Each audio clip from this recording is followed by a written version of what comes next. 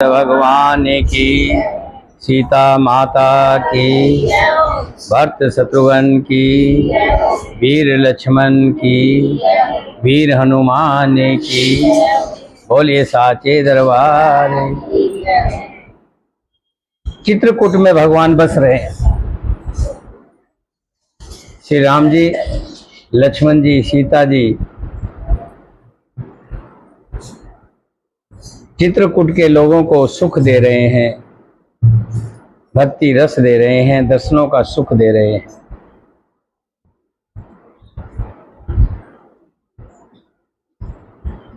और भगवान ने जो जो चरित्र किए वो कानों के सुनने में और आंखों के देखने में अति सुंदर है, अमृत के समान प्रिय है। और जब काफी दिन तक चित्रकूट में हो गए रहते रहते, तब श्री राम जी ने मन में ऐसा अनुमान किया कि मुझे सब लोग जान गए हैं, इससे यहाँ बड़ी भीड़ हो जाएगी, इसलिए सब मुनियों से विदा लेकर यहाँ से चला जाए। श्री सीता जी सहित दोनों भाई राम और लक्ष्मण सब मुनियों से आज्ञा लेते हैं, विदा मांगते हैं, और वहां से विदा होकर के कहाँ जाते हैं? अत्रि मुनि के आश्रम में। कहाँ गए हैं? अत्रि मुनि आश्रम। और जैसे ही अत्रि मुनि ने आगमन सुना के श्री राम जी आ रहे हैं, लक्ष्मण जी आ रहे हैं, सीता जी के साथ आ रहे हैं, अत्रि मुनि का शरीर पुलकित हो गया, मानो अंधे को दो नेत्र मिल गए हों। अत्रि जी उठकर दौड़े और श्री राम जी को लिवाने के लिए। जैसे ही श्री राम जी ने देखा कि अत्रि मुनि दौड़े आ रहे हैं, शीघ्रता से चले। श्री राम जी भी जल्दी जल्दी कदम उठा रहे हैं।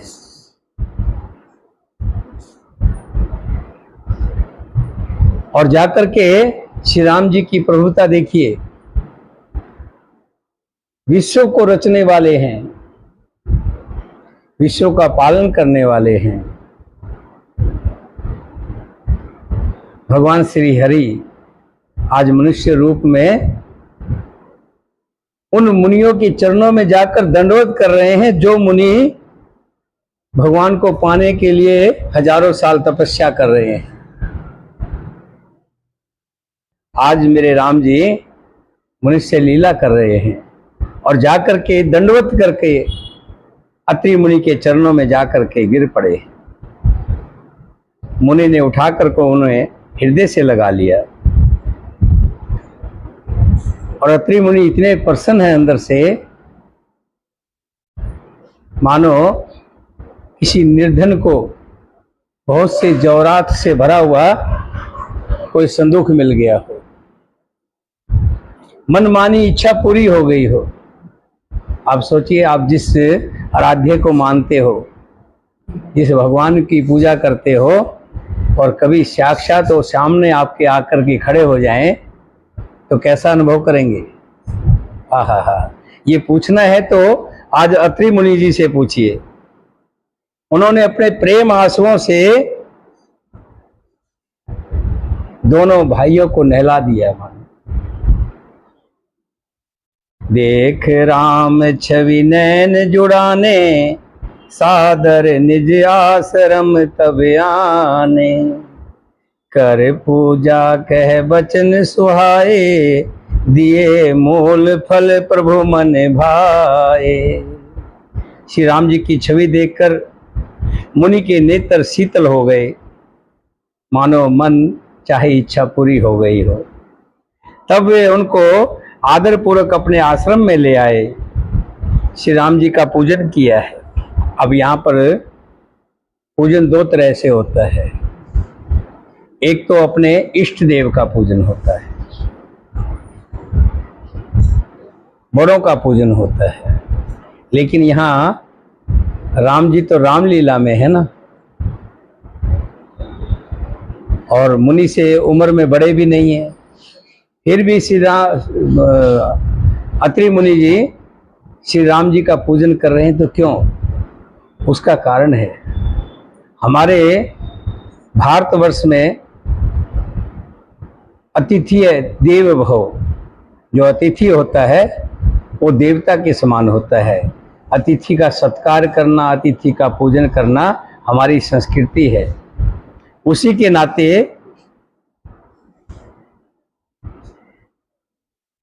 उनका सम्मान किया है। श्री राम जी की छवि देखकर मुनि के नेत्र शीतल हो गए। तब उनको आदरपूर्वक अपने आश्रम में ले आए। पूजन करके सुंदर वचन कहकर मुनि ने मूल और फल दिए खाने को, जो प्रभु के मन को बहुत अच्छे लगे, बहुत रुचे। प्रभु आसन आसीन भर, प्रभु आसन पर विराजमान है। यहाँ एक तस्वीर देखने वाली है।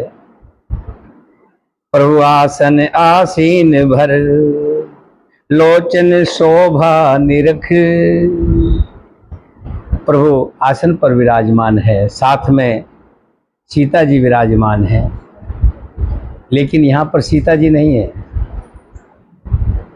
अभी थोड़ी देर के लिए सीता जी रहेंगी, तो सीता जी को फिर सुनना अनसुईया जी के पास भेज देंगे ऋषि कि जाओ बेटी, आप माता के पास चले जाओ। श्री राम जी लक्ष्मण जी आसन पर विराजमान है। नेत्र भरकर शोभा देखकर परम प्रवीण मुनि श्रेष्ठ हाथ जोड़कर श्री राम जी की स्तुति कर रहे हैं। प्रभु आसन आसीन भर, लोचन शोभा निरख। मुनिवर परम प्रवीण, जोर पान स्तुति करत सियावर राम।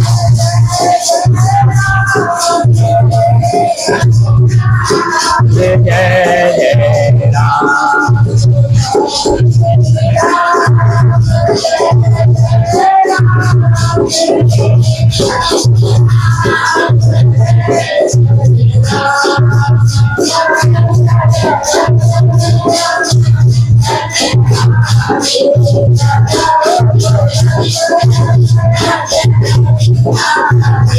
श्री राम जय राम, जय जय राम। बोलो श्री राम।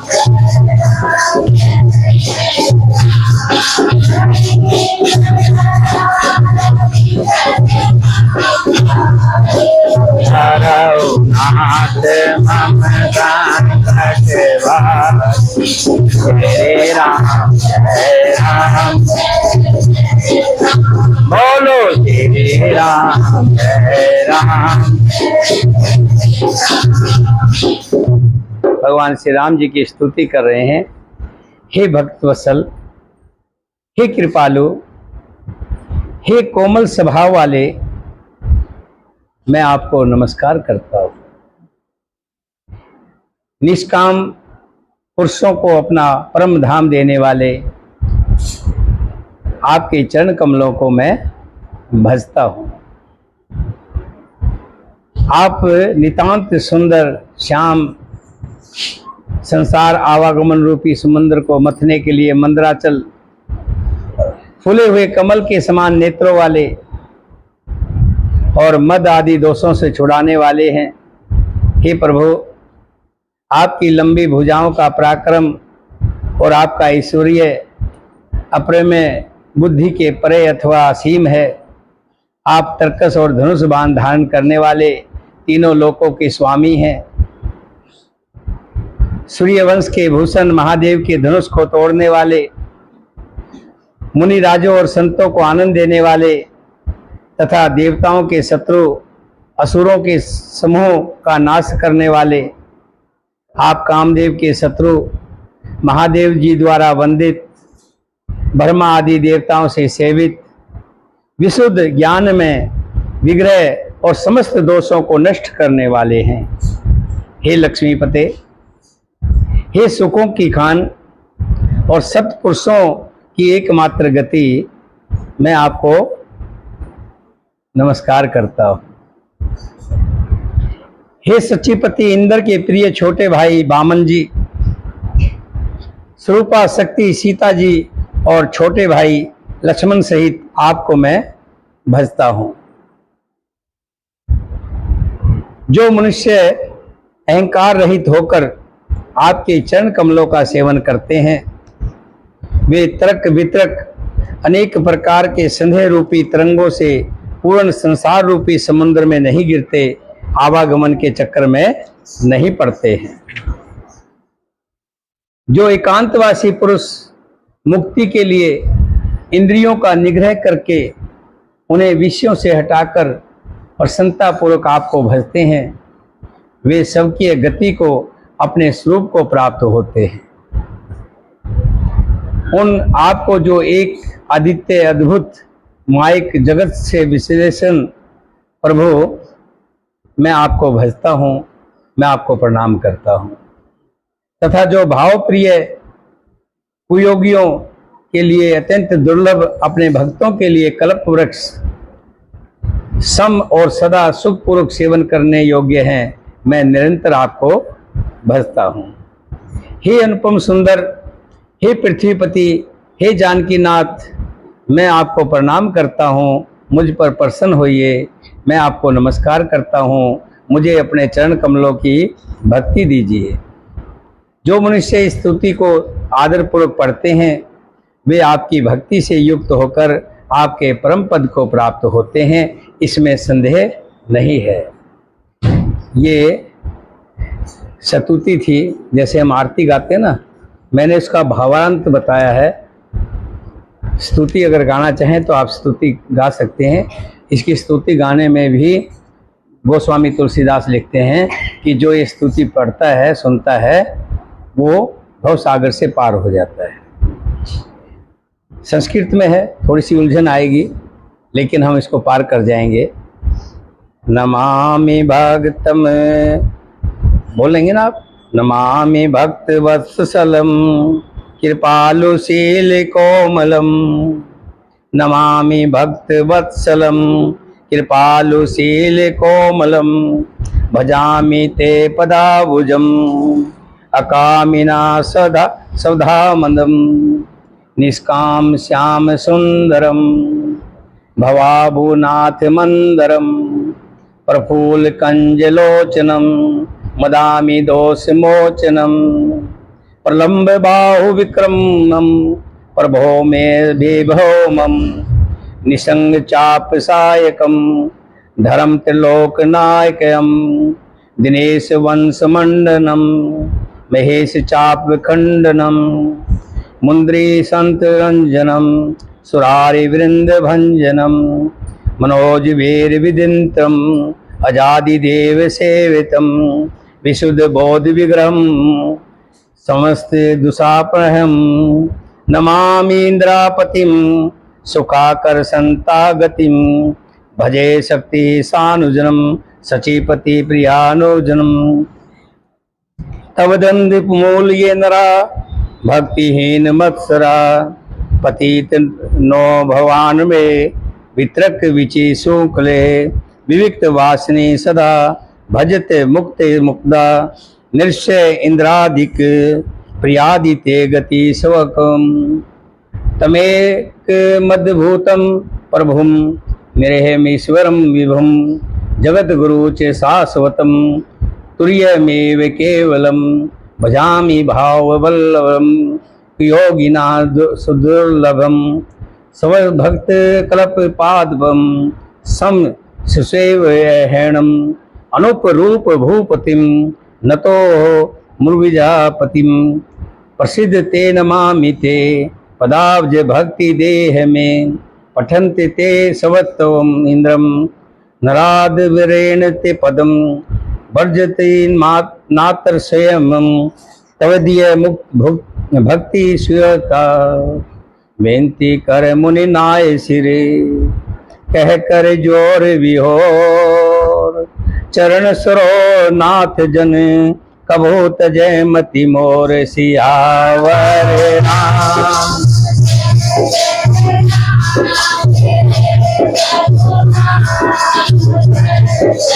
राम, ओम श्री राम, जय जय राम, जय जय राम। मंगल भवन मंगल धरहु तो दशरथ अजर निहार। श्री राम जय राम, बोलो श्री राम। दीन दयाल विरद संभारे, हम संकट भारे। जय राम जय राम।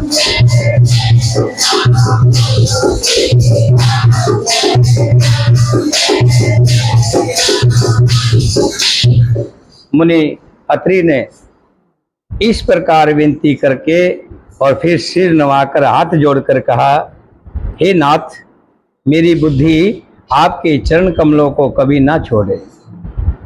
कि आपके चरणों में जो विनती लगी है, प्रेम लगा है, और ये विनती और ये प्रेम हमेशा बना रहे। फिर परम शीलवती और विनम्र सीता जी अत्रि जी की पत्नी अनसुईया के चरण पकड़कर उनसे मिली। ऋषि पत्नी के मन में बड़ा सुख हुआ। उन्होंने आशीष देकर सीता जी को पास में बिठा लिया। दिव्य वसन भूषण पहराए, जे नित्य नूतन अमल सुहाए।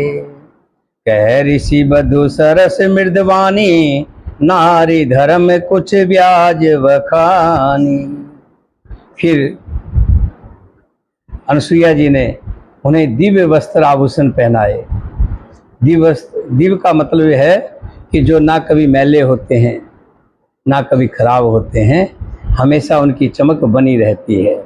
ऐसे आभूषण सीता जी को पहनाए जो नित्य नए, निर्मल और सुहाने बने रहते हैं। फिर ऋषि पत्नी अनसुईया जी ने उनके बहाने मधुर और कोमल वाणी से स्त्रियों के कुछ धर्म बखान कर कहा, हे राजकुमारी सुनिए, माता पिता भाई सब हित करने वाले हैं। माता पिता और भाई, इसमें कोई दो राय नहीं कि आपके भले के लिए, आपका हित करने के लिए हैं, परंतु ये सब एक सीमा तक ही सुख देने वाले हैं। भाई बहन, माँ, माता पिता और दोस्त, ये एक सीमा तक बंधे हुए हैं कि आप सोचें कि तय उम्र आपके साथ दें, आपका साथ निभाएं, ऐसा नहीं है। एक सीमा तक सुख देने वाले हैं। परंतु हे जानकी, पति तो मोक्ष रूप असीम सुख देने वाला है। वो स्त्री अधम है जो ऐसे पति की सेवा नहीं करती।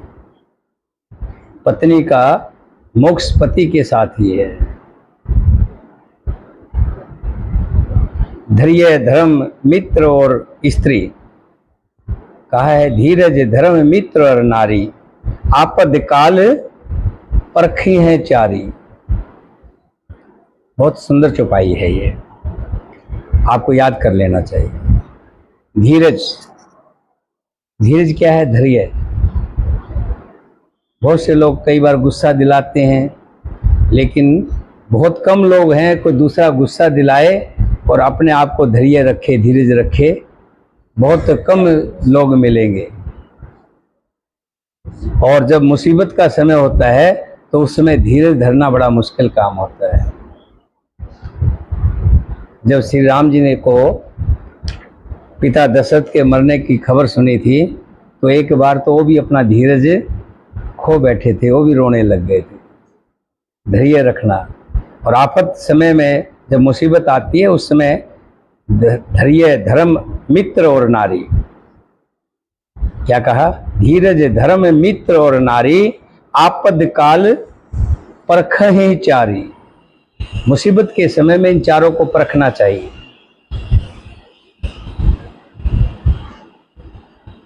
और मुसीबत के समय में ही इनकी परख भी होती है।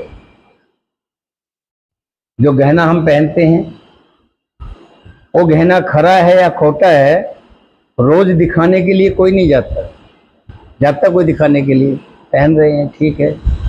लेकिन जब कोई मुसीबत आती है, आफत आती है, तब हम किसी सुनार के यहाँ बेचने जाते हैं, तब उसको कसौटी पर देख करके सुनार परखता है कि ये असली है या नकली है। जब तक घर में सुख है, वैभव है, ठाठ है, किसी तरह का विपदा नहीं है, उस समय तक स्त्री किसी की भी परख में नहीं आती है कि कौन सी स्त्री अच्छी है, कौन सी कुलच्छनी है। स्त्री की परख तो जब ही होती है जब घर में कोई मुसीबत आती है, आदमी का काम छूट गया, नौकरी छूट गई, घर में कर्ज चढ़ गया है, किसी कारण से भी, बीमारी की वजह से या किसी वजह से, उस समय घर की स्त्री की पहचान होती है कि वो कितना साथ निभाती है उस दुख में। तभी यहाँ लिखा है धीरज धर्म मित्र और नारी। इसी तरह मित्र का भी, जब तक आपके पास पैसे हैं, एक कवि ने कहा है जब तक पैसा गांठ में तब तक ताको यार, और पैसा रहा नहीं गांठ में मुख से बोले नहीं यार। जो कल तक आपके आसपास में बरगलते थे, पैसा था जब तक आपके पास, और आज आपके पास पैसा नहीं है, गरीबी आ गई है, तो पास में से यार, दोस्त, मित्र गुजर जाएगा, मुख से बोलेगा नहीं। लेकिन जो सच्चा मित्र होगा वो मुसीबत के समय में आपके साथ खड़ा हुआ है, यही मित्र की पहचान है। यहीं पर दुख के समय में, आपातकाल में जो मित्र आपके आपातकाल में खड़ा है वही आपका सही मित्र है, और जो आपातकाल में नहीं खड़ा वो आपका मित्र नहीं है, वो तो आपके धन और आपके ऐश्वर्य के साथ खड़ा था। ऐसे ही धर्म की परख भी यही होती है। राजा हरिश्चंद्र, ऐसा समय आया काशी के अंदर बिक गए तीनों प्राणी, काशी के अंदर तीनों प्राणी पर बिक गए। राजा हरिश्चंद्र जो है नीच भंगी के घर, और तारा रानी जो है वो ब्राह्मण के घर। एक दिन दोनों पानी लेने के लिए गंगा के घाट पर पहुंचे। पानी ज्यादा है, घड़ा भर लिया है। इधर हरिश्चंद्र भंगी के घर नहीं खा रहा, अपने धर्म पर खड़ा है। 18 दिन हो गए फांके करते हुए, शरीर बंजर हो गया, लेकिन अपने धर्म को नहीं छोड़ रहा, नहीं खा रहा, शरीर कमजोर हो गया है। अब तारा से कहता है कि तारा मुझे घड़ा उठा दीजिए, मेरे से घड़ा नहीं उठ रहा है। लेकिन तारा क्या कहती है,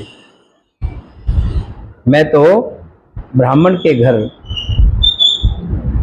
ब्राह्मण की नौकरी करती हूँ, अगर मैंने आपके घड़े को हाथ लगाया तो मेरा घड़ा, मेरा धर्म पर चला जाएगा, मेरा धर्म भी चला जाएगा। लेकिन मैं तरकीब बता देती हूँ, तुम डुबकी लगाओ पानी में और घड़ा ऊपर आ जाएगा, और फिर घड़ा उठा करके चले जाओ। फिर एक समय आया जब रोहित को सांप ने काट लिया, और उधर मुर्द घाट पर ड्यूटी लगी है किसकी, राजा हरिश्चंद्र की, कि जो टका देगा वही मुर्दे को जलाएगा, बिना टका दिए कोई भी मुर्दा नहीं जलाएगा। हा। रानी अपने बेटे को लेके आती है और कहती है तुम्हारा बेटा है, तुम्हारा अपना लाल है, तुम्हारे जिगर का टुकड़ा है, इसे पहचान तो लीजिए, देख तो लीजिए। लेकिन राजा हरिश्चंद्र कहते मैं अपने धर्म पर अडिग हूं, मैं अपने धर्म से नहीं गिर सकता। मेरे मालिक ने कहा है टका जो देगा उसी का संस्कार होगा, बिना टका लिए मैं संस्कार नहीं करूंगा, चाहे मेरा पुत्र भी क्यों ना हो। क्या कहा, इसीलिए कहा है धीरज धर्म मित्र और नारी। इनकी परख कहां होती है? आपद काल परख है चारी। वृद्ध रोग बस जड़ धन हीना, अंध बघिर क्रोधी अति हीना। कहती है कौन कौन कह रही है? अनसुईया सती कह रही है। किसको कह रही है? सीता जी को कह रही है कि हे बेटी, धैर्य धर्म मित्र और स्त्री, इन चारों की विपत्ति के समय ही परीक्षा होती है। और तुम स्त्री हो, ध्यान रखना, और तुम इस टाइम में विपत्ता में भी हो, और तुम्हारी ये परख का समय है। पति चाहे वृद्ध हो, पति चाहे रोगी हो, पति चाहे मूर्ख हो, पति चाहे निर्धन हो, पति चाहे अंधा हो, पति चाहे बहरा हो, पति चाहे क्रोधी हो, चाहे अत्यंत दीन हो, चाहे कुछ नशा भी करता हो, ऐसे भी पति का अपमान करने से स्त्री यमपुर में भांति भांति के दुख पाती है। ऐसे भी पति का अपमान पत्नी को नहीं करना चाहिए। बहुत सी पत्नियां देखा है, घर में आते हैं पति तो उनके साथ झगड़ना लड़ना शुरू कर देती हैं। खास करके जो नशा करता है तो उसका तो बड़ा बुरा हाल है। लेकिन गोस्वामी तुलसीदास जी लिखते हैं और धर्मशास्त्र कहता है कि पति कैसा भी हो, उसको किसी तरह से भी कुछ भी अशब्द कहना पत्नी के लिए पाप है। शरीर वचन और मन से पति के चरणों में प्रेम करना स्त्री के लिए बस यही एक धर्म है। एक ही व्रत है, क्या? पतिव्रत। जिसने पतिव्रत कर लिया उसको किसी व्रत करने की जरूरत नहीं है। और एक ही नियम है, जिसने अपने पति धर्म को अपना लिया, पति की सेवा कर ली, उसके सारे हरिद्वार, सारे तीर्थ, जिस बेटे ने माँ बाप की सेवा कर ली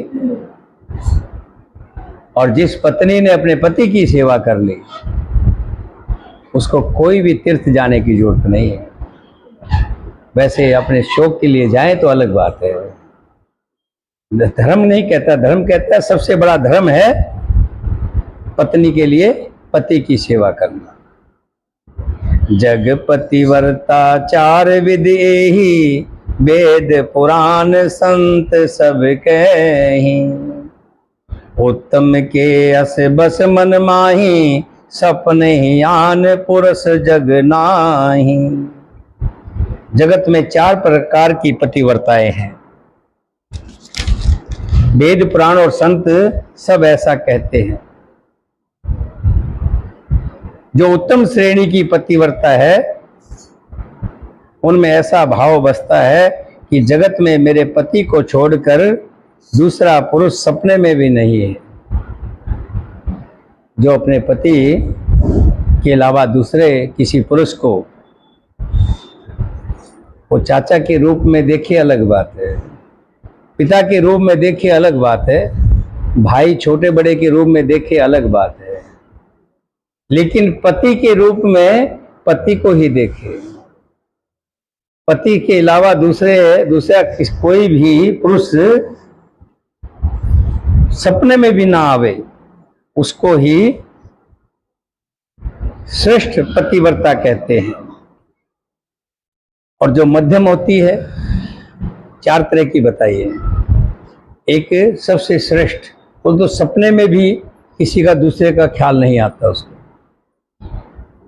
और जो मध्यम है, मध्यम पर पति देखें कैसे, भ्राता पिता पुत निज जैसे। धर्म विचार समझ कुल रही, सो निष्कट तिर्य श्रुत अस कही। जो मध्यम श्रेणी की पतिव्रता प्राय पति को कैसे देखती है, जैसे वो अपना सगा भाई हो, पिता या पुत्र हो, अर्थात समान अवस्था वाले को भाई के रूप में देखती है और बड़े को पिता के रूप में और छोटे को पुत्र के रूप में देखती है। जो धर्म को विचार कर और अपने कुल की मर्यादा समझकर बची रहती है, वो इस श्रेणी में आती है। क्योंकि स्त्री को अपनी लाज बचाना इस घोर कलयुग में बहुत ही मुश्किल कार्य है। लेकिन सबसे बड़ा जो धर्म को मानती है, वो अपने आप को, अपनी लाज को बचा करके रखती है। बिन अवसर भयते रह जोई, जानो अधम नार जग सोई। पतिवंचक पर पतिरति करही, रो रो नरक कलप सत पर ही। और जो स्त्री मौका ना मिलने से, लेकिन मन उसका संचलित है, परिवार बड़ा है, उस परिवार में से निकल नहीं पा रही है, या भयवश कि कहीं मैं पकड़ी गई या देख ली गई तो मेरा क्या होगा, इस तरह के डर से पतिव्रता बनी रहती है।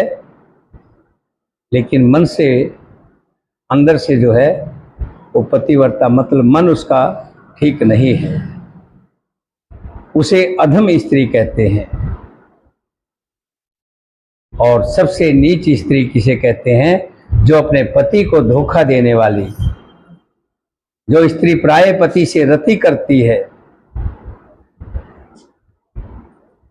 वो तो सबसे निम्न स्तर की चौथी स्त्री, सबसे गिरी हुई स्त्री है।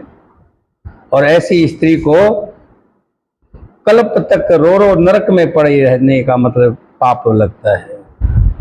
वो स्त्री लाखों साल तक नरक में पड़ी रहती है, नरक। सन छुक लाग जन्म सत कोटि, दुख न समझते ही सम को खोटी। बिन श्रम नार परम गति ले ही, पतिव्रत धर्म छाड़ चल गए ही। इस थोड़े से सुख के लिए जो असंख्य जन्मों के दुख को नहीं समझती, कि हजारों साल तक, हजारों साल तक तुम्हें गौरव नरक में पड़ा रहना है, सिर्फ क्षणिक सुख के लिए। कहते हैं उनके समान दुष्टा और कौन होगी, वो तो महादुष्टा है। जो स्त्री छल छोड़कर पति धर्म को ग्रहण करती है और जो पति की सेवा करती है, पति धर्म को ही अपना सब कुछ मानती है, कैसी भी परिस्थिति आ जाए लेकिन अपने धर्म को और अपने पति को नहीं छोड़ती, वो बिना ही परिश्रम परम गति को प्राप्त होती है, मोक्ष को प्राप्त होती है। पति प्रतिकूल जन्म जह जाई, विधवा होए पाए तरुणाई। और एक बात और ध्यान रखना, जो पति के उल्टा चलती है, जो पति का कहना नहीं मानती, बात बात में पति की बात को जवाब देती है, ऐसी स्त्री अगले जन्म में स्त्री बनती है और विधवा हो जाती है। और वो विधवा के कष्ट ता उम्र भुगतती है, भरी जवानी में विधवा हो जाती है। सहज अपावनी नार पति, सेवत शुभ गति ले। जो पति की सेवा करती है वही स्त्री सुख को प्राप्त पाती है। पतिव्रत धर्म के कारण आज भी तुलसी जी भगवान को प्रिय है ना। तुलसी जी की बात तो जानते होंगे आप। तुलसी जो है, कौन थी तुलसी? हैं? नहीं नहीं, तुलसी का पौधा है। आगे आज समय थोड़ा कम है। इसका पूरा वृंदा नाम था इनका। जलंधर की पत्नी थी और पति धर्म इतना बड़ा पति धर्म था कि जब इनके पति युद्ध में जाते थे, युद्ध किससे करने जाते थे मालूम है? कृष्ण भगवान से। कृष्ण भगवान से युद्ध करने जाते थे। जरासंध, जलंधर, और हर बार भगवान को हरा कर आते थे। कारण क्या था कि जब तक वृंदा व्रत में रहती थी तब तक उसको कोई मार नहीं सकता, उसके पति को। इतना सत था उसमें। इसके लिए भगवान को भी एक बार रूप बदल कर जाना पड़ा था, तब उसका वध किया था इसके पति का। और जब सामने साक्षात देखा मेरे पति खड़े हैं, तब इन्होंने अपना व्रत तोड़ दिया था। फिर पता लगा कि मेरे साथ धोखा हुआ है, तो भगवान को भी श्राप दे दिया था। और भगवान ने वरदान दिया था, तुलसा वहीं पर वो भस्म हो गई थी वृंदा अपनी शक्ति से, और वही उसी राख से जो है तुलसा का पौधा वहां पे उगा था। तो गोस्वामी तुलसीदास जी ने भी यही कहा है। पतिव्रता धर्म के कारण ही आज भी तुलसी जी भगवान को प्रिय है। चारों वेद उसका यश गाते हैं। हे सीता सुनो, तुम्हारा तो नाम ही लेकर स्त्रियां पतिव्रत धर्म का पालन करेंगी। तुम तो श्री राम जी के प्राणों के समान प्रिय है। ये पतिव्रत धर्म की कथा तो मैंने संसार के लोगों के लिए कहा है, सुनाई सीता को है, क्योंकि मनुष्य रूप में है। वो जानती है ये तो साक्षात लक्ष्मी है। लेकिन मनुष्य रूप में सुनाने का मतलब जितनी भी मनुष्य जाति की औरतें हैं उन सबको इस बात को ग्रहण करना चाहिए कि स्त्री का धर्म क्या है। सहज पावन नारपति सेवत शुभ गति ले, जस गावत श्रुति चार अजो तुलसी का हरि परे। सुन सीता तब नाम सुमरे, नारपति वर्त करही। तो ही प्राण प्रिय राम कहो, कथा संसार हित सियावर राम।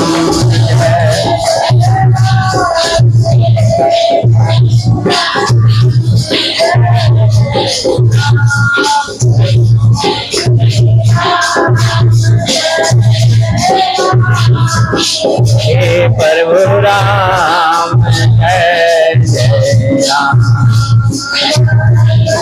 भवन मंगल हरि धारा।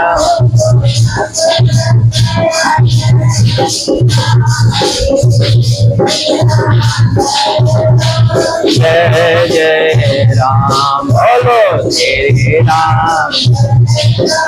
जय जय राम, दीन दयाल दीरथ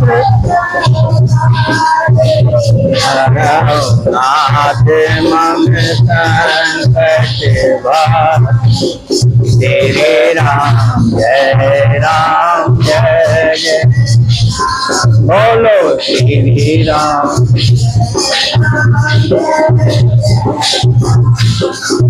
अनुसुईया जी ने बहुत तरह से सीता को स्त्री धर्म के बारे में समझाया, कहा, सुनाया, जिसे सुनकर सीता जी को बहुत भला लगा, बहुत सुख पाया और आदर पूर्वक उनके चरणों में शीश नवाया।